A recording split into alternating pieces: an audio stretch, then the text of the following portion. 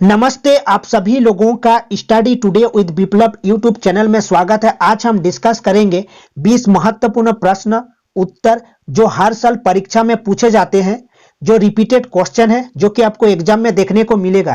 Class 8 विज्ञान से chapter 1 और 2 से है 20 महत्वपूर्ण प्रश्न उत्तर। हर साल ये परीक्षा में पूछे जाते हैं, तो आज हम उन्हीं को डिस्कस करेंगे, तो वीडियो को अंत तक देखिएगा। तो चलिए डिस्कस करते हैं। प्रथम क्वेश्चन को ध्यान से देखिए। प्रथम क्वेश्चन में कोशिका की खोज किसने की? Leeuwenhoek, Robert Hooke, Robert Brown, Robert Koch. कोशिका की खोज रॉबर्ट हुक ने की है, याद रखना है 1665 में रॉबर्ट हुक ने किए थे। और इसको भी याद रखना है, कोशिका विभिन्न आकार की होती है, जो 0.1 माइक्रोमीटर से 1 मीटर तक। और रॉबर्ट हुक ने डेड सेल की खोज की थी, इसको भी याद रखना है। माइकोप्लाज्मा जो एक जीवाणु है, कोशिका का आकार सबसे छोटा होता है, जो 0.1 माइक्रोमीटर होता है, माइकोप्लाज्मा याद रखना है। और सबसे लार्जेस्ट सेल, जो सबसे बड़ा कोशिका है, वो शुतुरमुर्ग का अंडा है, जिसकी लंबाई है 17 सेंटीमीटर और चौड़ाई है 13 सेंटीमीटर। और मानव शरीर की सबसे लंबी कोशिका है नार्व सेल, जो कि तंत्रिका कोशिका है। नेक्स्ट देखिए, जंतु कोशिका में क्या अनुपस्थित होता है? जंतु कोशिका में क्या अनुपस्थित होता है? कोशिका झिल्ली, केंद्रक, कोशिका भित्ति, जीव द्रव्य। कोशिका भित्ति, सेल वॉल जो होता है, कोशिका भित्ति वो अनुपस्थित होता है, इसको याद रखना है। कोशिका भित्ति एवं क्लोरोप्लास्ट सिर्फ पौधों में ही पाया जाता है। क्लोरोप्लास्ट जो होता है उससे क्लोरोफिल निकालता है, जो कि फोटोसिंथेसिस में बहुत हेल्प करता है, क्योंकि उसी के प्रेजेंस से फोटोसिंथेसिस मतलब प्रकाश संश्लेषण होता है। क्लोरोफिल एक होता है, क्लोरोप्लास्ट से निकलता है, जो कि ग्रीन पिगमेंट देता है, मतलब जो ग्रीन कलर जो पत्तियों का होता है उसको प्रोवाइड करता है। नेक्स्ट, सबसे छोटा एक कोशिकीय जीव कौन सा है? ईस्ट, जीवाणु, अमीबा, माइकोप्लाज्मा। सही आंसर है माइकोप्लाज्मा, याद रखना है, जो कि एक जीवाणु है। कोशिका का आकार सबसे छोटा होता है और 0.1 माइक्रोमीटर का होता है, 0.1 माइक्रोमीटर का होता है, इसको याद रखना है। नेक्स्ट देखिए, जंतु कोशिका में निम्न नहीं पाए जाते हैं। किसमें? जंतु कोशिका में माइटोकॉन्ड्रिया, प्लास्टिड, लाइसोसोम, केंद्रक। जंतु कोशिका में निम्न नहीं पाए जाते हैं। प्लास्टिड एक है, सेल वॉल याद रखना, जो कि कोशिका भित्ति एवं क्लोरोप्लास्ट सिर्फ पौधों में ही पाया जाता है। प्लास्टिड जंतु कोशिका में नहीं पाया जाता है, याद रखना है। नेक्स्ट, पादप कोशिका में नहीं पाया जाता है। पादप कोशिका में नहीं पाया जाता है। लाइसोसोम, प्लास्टिड, माइटोकॉन्ड्रिया, हरित लवक। प्लास्टिड पाया जाता है पादप कोशिका में, माइटोकॉन्ड्रिया पाया जाता है, हरित लवक पाया जाता है। लाइसोसोम, जो लाइसोसोम होता है, जिसे suicidal bag of the cell कहा जाता है, वो नहीं पाया जाता है पादप कोशिका में, याद रखना है। पादप कोशिका में प्राय लाइसोसोम नहीं पाया जाता है। नेक्स्ट, सजीव में आनुवंशिक गुणों का वाहक है। सजीव में जो आनुवंशिक गुण होता है, उसका वाहक कौन है? माइटोकॉन्ड्रिया, कोशिका द्रव्य, जीन, प्लाज्मा झिल्ली। जीन होता है, याद रखना है। क्रोमोसोम को याद रखना है, जो गुणसूत्र होता है वो डीएनए और आरएनए का होता है, जो कि केंद्रक में पाया जाता है, न्यूक्लियस में पाया जाता है। और न्यूक्लियस की खोज रॉबर्ट ब्राउन ने की थी, इसको भी याद रखना है। और 46 क्रोमोसोम होता है, जो कि 23 पेयर में होता है, मतलब जोड़ा में होता है। नेक्स्ट, निम्न में किस कोशिका अंग को आत्महत्या की थैली कहा जाता है? आत्महत्या की थैली कहा जाता है। लाइसोसोम को कहा जाता है, याद रखना है। लाइसोसोम को कहा जाता है आत्महत्या की थैली। और लाइसोसोम जो होता है प्राय पादप कोशिका में नहीं पाया जाता है। Suicidal bag of the cell कहा जाता है लाइसोसोम को।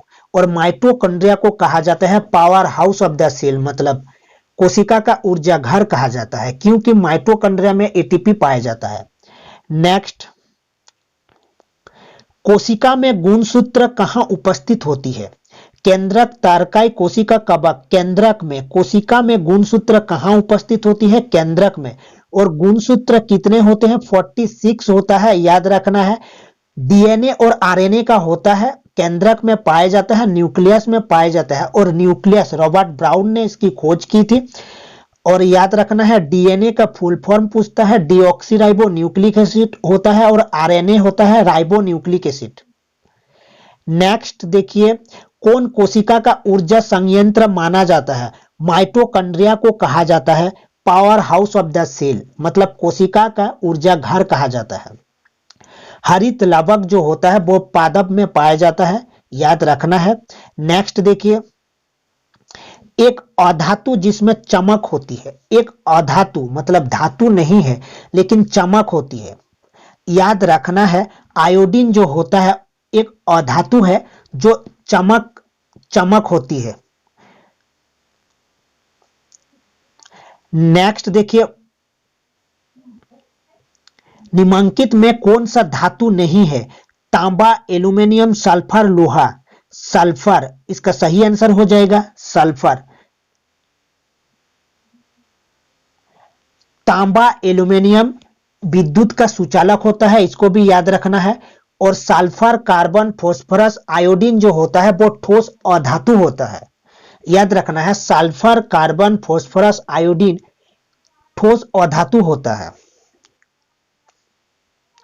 नेक्स्ट चलिए, कमरे के ताप पर द्रव अवस्था में रहने वाली अधातु है, यहां पर धातु नहीं अधातु पूछा है, जो कमरे के ताप पर द्रव अवस्था में पाया जाता है लिक्विड फॉर्म में रूम टेम्परेचर पर, तो ब्रोमीन हो जाएगा इसका सही आंसर।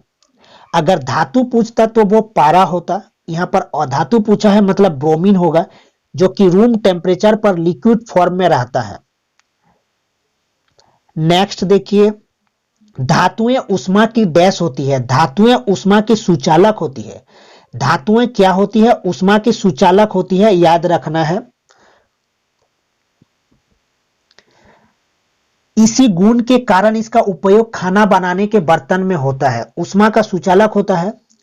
तो नेक्स्ट देखिए, एक अधातु का नाम बताएं जो कठोर होती है।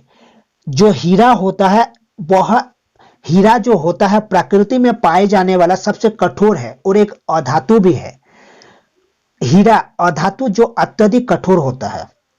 नेक्स्ट देखिए, सबसे अधिक सक्रिय अधातु है कार्बन, फास्फोरस, सल्फर, कोई नहीं। याद रखना है सोडियम, याद रखना है जो सोडियम और पोटेशियम होता है वो ऑक्सीजन तथा पानी के साथ तेजी से अभिक्रिया करता है। और जो फास्फोरस होता है नाइट्रोजन का अपरूप है, यह एक अभिक्रियाशील तत्व है, इसी कारण प्रकृति में मुक्त अवस्था में नहीं पाया जाता, मतलब इसका सही आंसर हो जाएगा फास्फोरस। सबसे अधिक सक्रिय अधातु है फास्फोरस, जो कि है, याद रखना है, नाइट्रोजन का एक अपरूप है। नेक्स्ट देखिए, वह कौन सा अधातु है जो विद्युत का सुचालक है? यहां पर अधातु पूछा है और विद्युत का सुचालक है। ग्रेफाइट इसका सही आंसर होगा, ग्रेफाइट, जो कि अधातु है और विद्युत का सुचालक है, याद रखना है। अधातु विद्युत की कुचालक होती है, लेकिन एक अपवाद है कि ग्रेफाइट एक मात्र ऐसी अधातु है जो विद्युत को प्रवाहित करती है। नेक्स्ट देखिए, निम्न में कौन सा धातु है जो द्रव अवस्था में पाया जाता है? यहां पर द्रव पूछा है तो पारा हो जाएगा, और अगर अधातु पूछता है जो कि रूम टेम्परेचर में लिक्विड फॉर्म में पाया जाता है वो होता ब्रोमीन। लेकिन यहां पर क्या पूछा है?